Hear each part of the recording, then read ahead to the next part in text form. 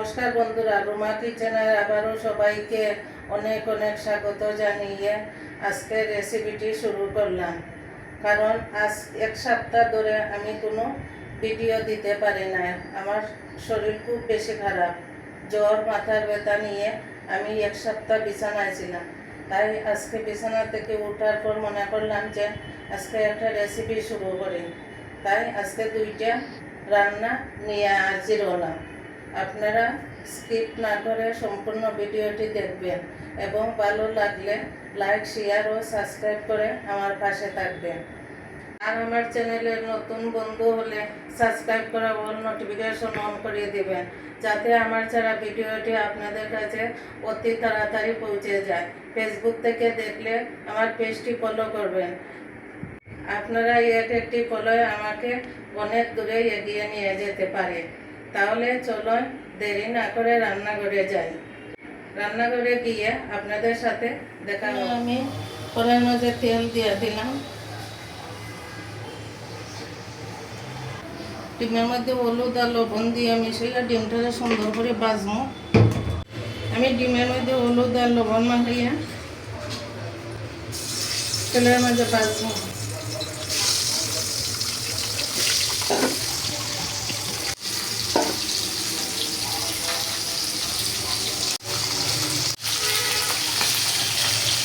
ডিম ভাজি হয়ে গেছে। আমি এখন লাল লাল করে ডিম ভাজলাম।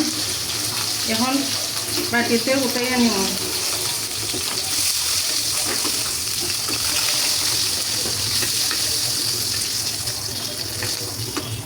আমি এখন আলু ভাজব।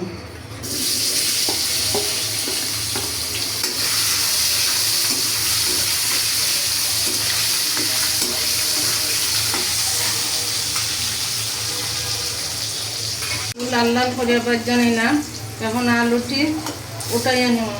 ডিমের মধ্যে আলু উঠাইয়া নেব।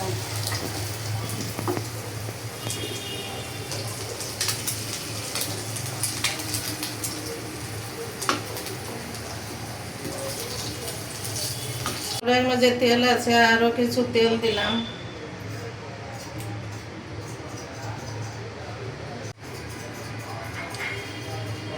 তেলের মধ্যে পেঁয়াজ কুচি দিলাম।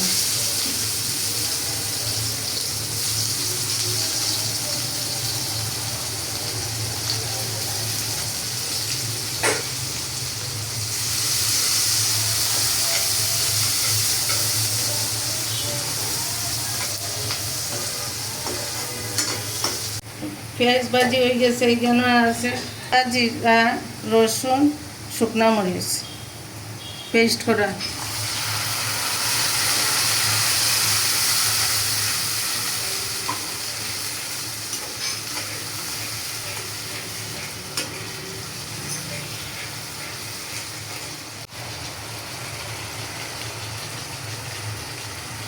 এখন দিয়ে দিব ধনিয়ার গুঁড়ো।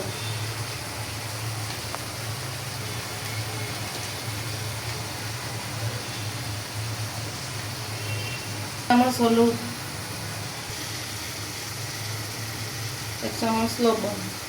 সুন্দর করে মশলাটারে কষাইয়ে নেব। বন্ধুরা, আমি যেভাবে রান্না করে খাই সেইভাবে আপনাদের সাথে শেয়ার করি।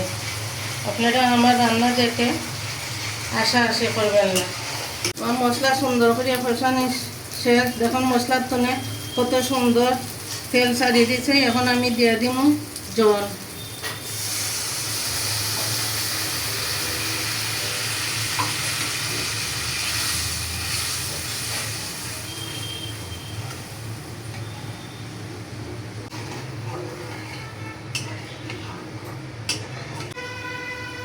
জুলের যে আলুটি আছে, এখন ডিম আর আলুটি দিয়ে জুলের মধ্যে দিয়ে দিন।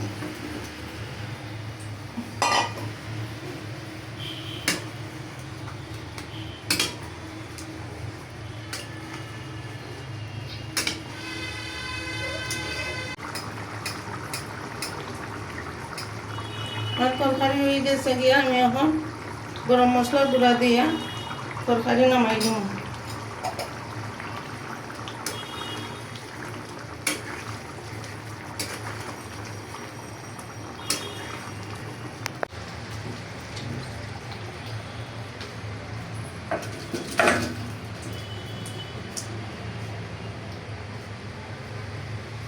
কড়াইয়ের মাঝে সাদা তেল দিলাম,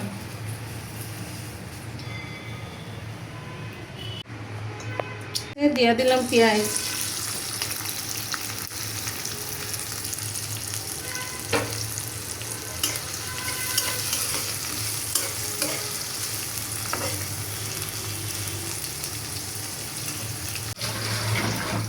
বাজি হয়ে গেছে। আমি এখানে ছোটো মাছ আজকে বাজি করে রান্না করতাম না, আজকে খাসাও রান্না করবো। এখানেও দিলাম হলুদ, লবণ আর শুকনা মরিচের গুঁড়া আর খাসা মরিচ।